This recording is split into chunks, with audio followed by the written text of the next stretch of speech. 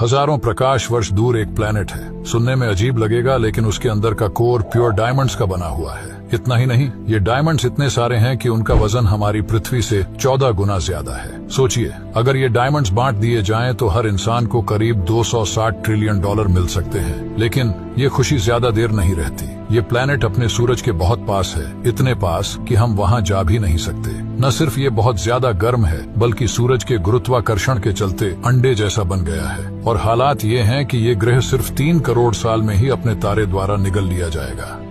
कभी कभी इतनी बड़ी कठपुतलियां सड़क पर चलती हुई देखने को नहीं मिलती, पर ये वाकई कमाल का नजारा होता है। जब हम विशाल कहते हैं तो हमारा मतलब सच में बहुत बहुत बड़ी कठपुतलियों से है। इन चलते हुए जीवों को देखने के लिए आपको गर्दन पूरी ऊपर करनी पड़ेगी। ये असल में मैरियोनेट्स हैं, वो जिंदा लगने वाली कठपुतलियां जिन्हें धागों से हिलाया जाता है। ये इतनी अच्छी तरह से बनाई गई हैं कि असली लगती है। फ्रांस की famous theatre company royal deluxe के कलाकारों ने इन्हें बनाया है। ये 1979 से ही लोगों का मनोरंजन कर रही है।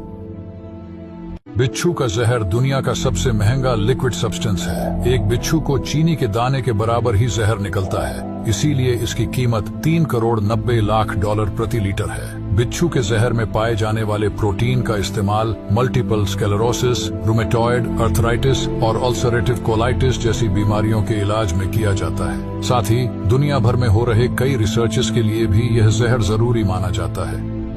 क्या आपको पता है, पैन एम फ्लाइट 914 नाम की एक प्लेन 37 साल बाद टाइम ट्रेवल करके वापस आई थी। सन 1955 में कुछ पैसेंजर्स न्यूयॉर्क से फ्लोरिडा के लिए एक नॉर्मल 3 घंटे की फ्लाइट के लिए प्लेन में बैठे, लेकिन जैसे ही प्लेन अटलांटिक महासागर के ऊपर से गुजरा, वो रडार से गायब हो गया। काफी खोज के बाद भी प्लेन का पता नहीं चला और माना गया कि प्लेन का एक्सीडेंट हो गया है। इस मामले को 37 साल बाद बंद कर दिया गया, लेकिन 37 साल बाद वेनेजुएला में एयर ट्रैफिक कंट्रोलर जुआन को एक मिस्टीरियस प्लेन का पता चला। यह प्लेन खुद को फ्लाइट 914 बता रहा था और मियामी में उतरने की परमिशन मांग रहा था। परमिशन मिलने पर प्लेन सेफ लैंड हो गया, लेकिन साल के बारे में जानने पर प्लेन के कैप्टन को गहरा धक्का लगा। उन्होंने रेडियो पर चिल्लाते हुए कहा कि दूर रहो, और फिर प्लेन को उड़ाकर वापस आसमान में गायब हो गए। उन्हें दोबारा कभी नहीं देखा गया। आज तक लोग ये सोचते हैं कि आखिर हुआ क्या होगा। आपने शायद उस महासागर के बारे में सुना होगा जिसका पानी आपस में कभी नहीं मिलता। आप कितना भी मिलाने की कोशिश कर लें, वे फिर से अलग हो जाते हैं। इसीलिए जहाँ भी ये 2 महासागर मिलते हैं, समुद्र तट पर पानी की एक लंबी दीवार दिखाई देती है। लेकिन वे क्यों नहीं मिलते? आइए जानते हैं। इस जगह को सी ऑफ अलास्का कहा जाता है, जहां प्रशांत महासागर और अटलांटिक महासागर मिलते हैं। एक तरफ आप जो गंदा गहरा पानी देख रहे हैं, वह बर्फ का पिघला हुआ पानी है। दूसरी तरफ नीले पानी में नमक की मात्रा अधिक होती है और दोनों तरफ डेंसिटी में अंतर इन महासागरों को मिलने से रोकता है।